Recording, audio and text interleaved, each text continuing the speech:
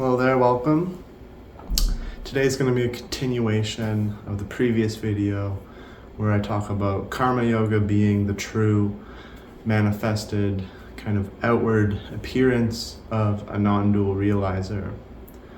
This is something that can be confusing in a few terms.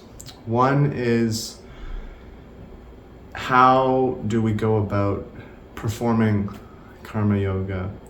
Because I mentioned that it shouldn't just be like dogmatic, obligatory, some feeling of pressure to be of service to the world. And so I'm going to talk further about what karma yoga is. So classically, often mentioned in the Bhagavad Gita, karma yoga is selfless service without expectation of results. I don't entirely agree with this notion of karma yoga. I believe karma yoga is the continuous and ever evolving effort from our present consciousness into making it so all beings, all bodies, all life forms do not suffer and instead realize the bliss of the infinite. So this includes our body, includes all human bodies, includes all animal bodies, it includes ecosystems, it includes insects. So whatever we do that from our standpoint, with what's in our control, allows us to perpetuate the lessening of suffering of all bodies, of all beings, of all life, and perpetuate love and beauty and health and happiness and joy, excitement, truth, realization, maybe sometimes hard truths that end up offering good feelings and good states later on, even if they're difficult to swallow at the moment.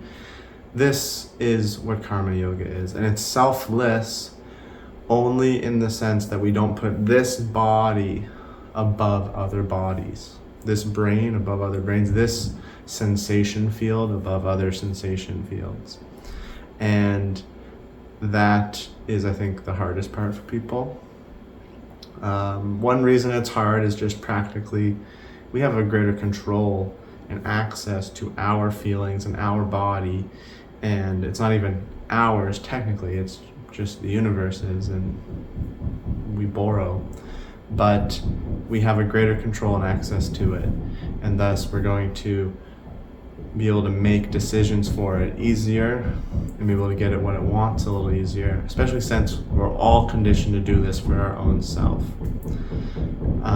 But secondly, karma yoga is going to not necessarily be about not having expectations of results. In fact, it's good to be detached and not react negatively to obstacles, to things that maybe hold us back, things that maybe were limitations, failures, etc., to learn from them and to grow and to keep persevering. But we should, in my point of view, have directed results of goodness, of love, of happiness, of awareness and consciousness expansion for as many beings as possible, patiently. So when we don't, I do think that there's a possibility some of the ancient texts are either translated in a certain way due to limited viewpoints, or they get written and transmitted in certain ways due to possible corruption, whether it's the caste system of India or, the greed and controlling nature of certain individuals. It's only good to not expect a result and be detached from results so that you can keep making good results happen. The good results being self-evident joy and happiness that doesn't rely on other beings suffering, and realization of truth and God and love and infinity and our own true oneness with all of that.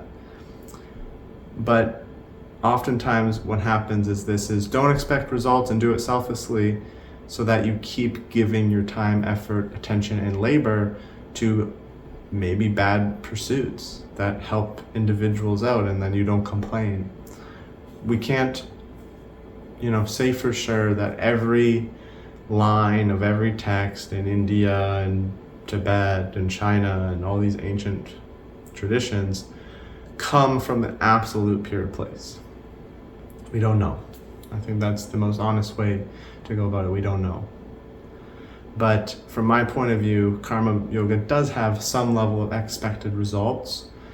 Our own body's health and well-being, where we temporarily reside, is part of those results to keep healthy and happy and strong and capable, and almost ever more capable as we challenge ourselves and push our capacities, and to do these good things for other bodies without hierarchies. That's what I think is actually selfless, is not taking any one body, one separated thing or individual, and putting it above in contrast to others. Instead, trying to do your best to let all aspects of infinity thrive, and to accept that things bloom and things decay. And there's a cycle that we are part of. And we are not the king of it or the queen of it. We're not the emperor. We are integrally a part of that cycle. And that cycle is one of the many manifestations of infinity, of the universe, of God, of existence itself.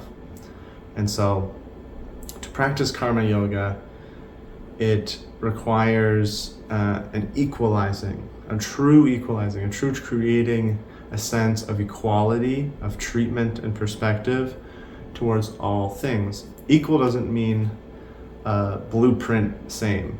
Doesn't mean like treat every being like this, say these words, do these actions. It just means to not value any higher or lower, which can be enough of a challenge in and of itself, especially for our own self or our family members, how we treat those parts of infinity higher than other parts of infinity.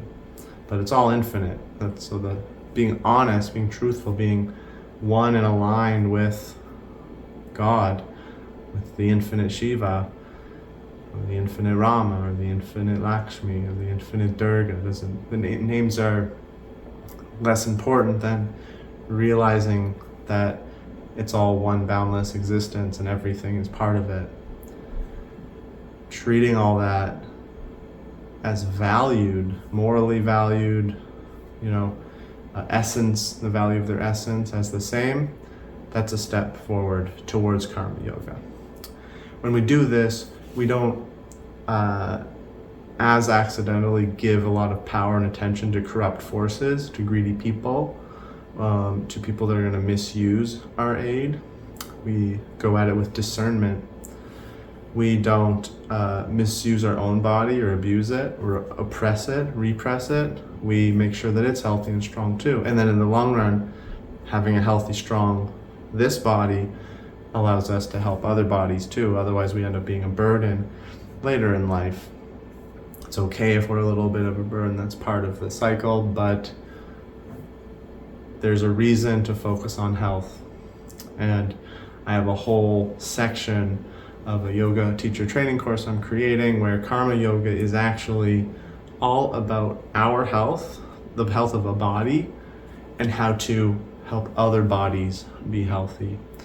I feel like there's enough information that the average person really should know about diet, about nutrition, about exercise and physiology, that will amass to a larger degree of service to other bodies if we know that, especially in terms of being a yoga teacher. But that encapsulates the more like external side of karma yoga. There's that internal processing and digesting of treating all things with equal value and love. But it's very much looking at the external world and almost like treating our own body as one of those external pieces that we treat well. But next is how do we practice karma yoga authentically within our own being?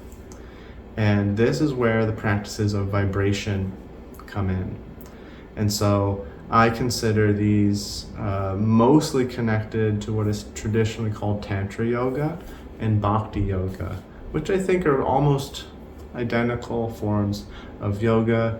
One just has a different level of expansion where they include maybe certain taboos. They kind of stem from slightly different lineages, but there's a lot of similarity in terms of worship, ecstatic states, vibration, visualization, singing, mantra, puja, these sort of things.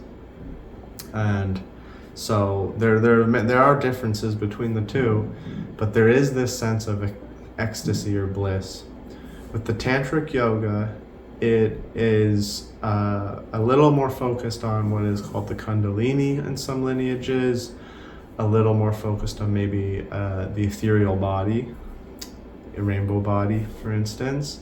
And there's a use of visualization and certain practices to bring that about. There's many practices. It is a huge, vast discipline that spans many teachers and hundreds of years, and there's no one form that is practiced. So I'm not trying to summarize it all here, but there is a focus on the feeling state of the individual, of the subjective experiencer, rising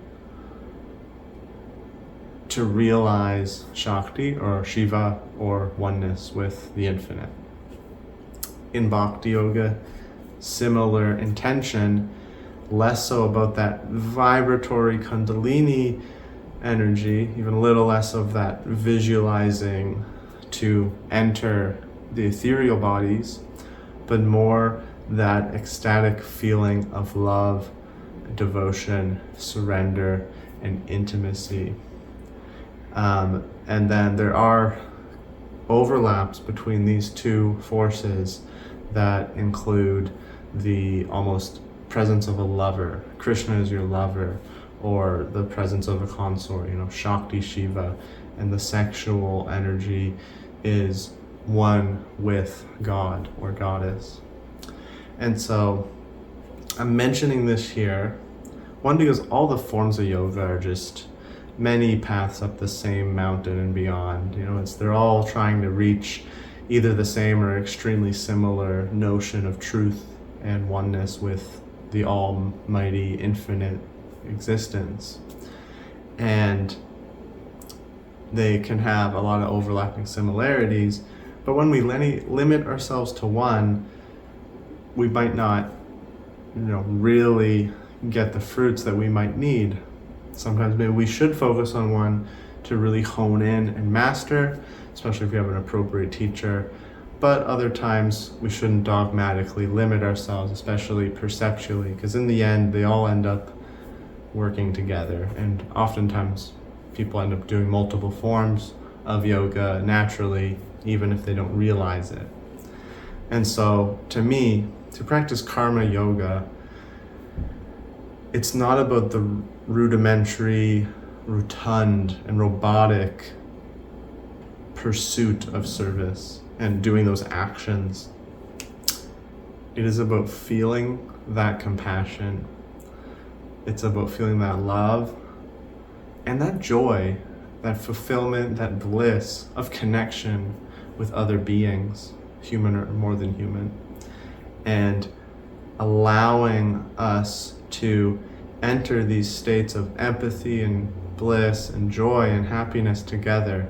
That really is going to fuel our capacity to give to somebody, to give to another imperfect being, another being that is going to struggle, not going to make perfect decisions all the time, but it's still important to selflessly give to them and to value them. And so that's where doing practices that bring up these feeling states that are blissful or joyful or pleasant and compassionate There's many ways to create positive feelings. There's infinite types of positive feelings. But that is one of the foundations of karma yoga. Because otherwise we can do it out of resentment, we can do it with irritated tolerance, we can do it with contracted patience, we can do it with anger but stubbornness. And these aren't the feelings we want to perpetuate, and these aren't sustainable. So if we can learn how to create those joyful, good feelings, then it becomes much easier to keep doing karma yoga and do it in the long run, and to also understand what each being needs in and of themselves, because beings are going to need different things at different times. And if we can interact with the intuitive, empathetic part of our being that can feel that love, we are going to understand at a deeper level what somebody may require to ascend, or, another word, to realize the beauty inherent in all existence. And I think in the next video I'm going to show some of those practices. This was just an explanation video on what we should focus on during the process of karma yoga in regards to understanding non-dual teachings, understanding the non-dual reality of the infinite. And that pleasant feeling is important. It is something we are innately attracted to. It is why majority of these 8 billion people focus on pleasure, focus on their family, focus on sex and food and video games and movies and shows and vacations and landscapes and art. It feels good. It creates pleasant feelings.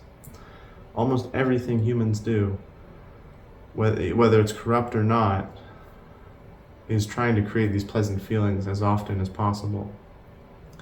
We might not always be good at it. We might make mistakes. We might become desensitized because we got too craving, too addicted. But that is, from my perspective, the unapologetic pursuit of all human beings, bar none. I don't think anybody's really pursuing something other than the bliss in the various forms.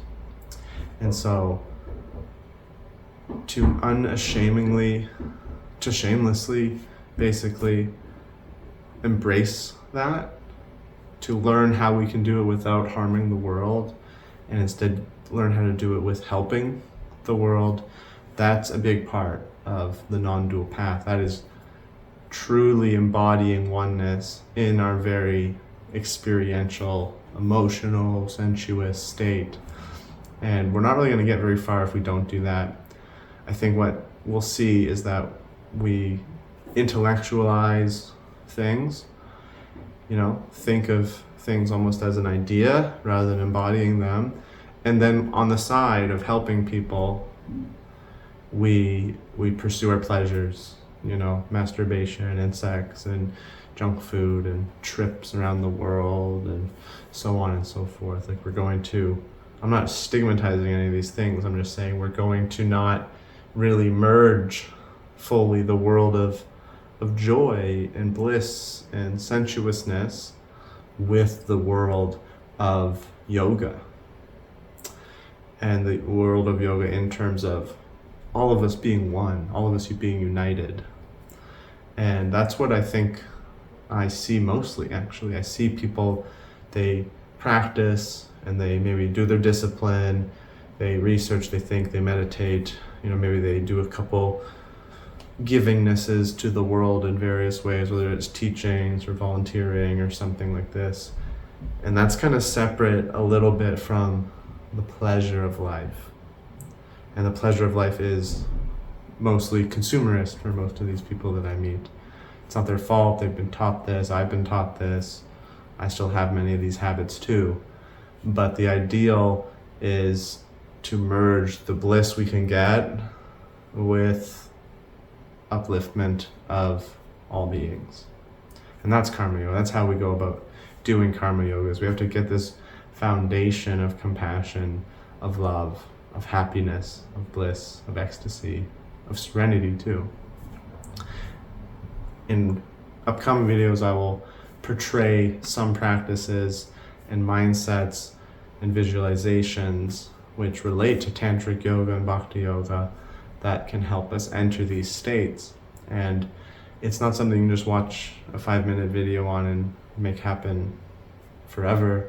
It is a practice. It is almost like a muscle that we have to work out, just as much as we've worked out for many, many years reacting to sugar, or reacting to certain, naked bodies, or reacting to certain colors and certain interactions in film. Whatever it is that we've learned to react positively to, it did come from some level of conditioning, and we just have to start conditioning that positive reaction for other things. And that takes mind training, that takes some level of self-awareness and psychological transformation. And I do think this is actually what a lot of the psychology world is doing for people, even if it's a little inaccessible in terms of people getting psychotherapy and so on, is that it's helping people learn how to change their conditioning, change their negative responses to positive ones, and to expand what they can react positively to. And I'm gearing that towards learning to make that positive towards not just our own being, but towards ethical actions and ethical aid to the world, and how that's really going to be what enables us to embody oneness without contradiction, because otherwise it's just going to be this imagination swirling in our head without it being embodied in our very essence, our very present consciousness. So thank you so much for listening. Om Sai Ram.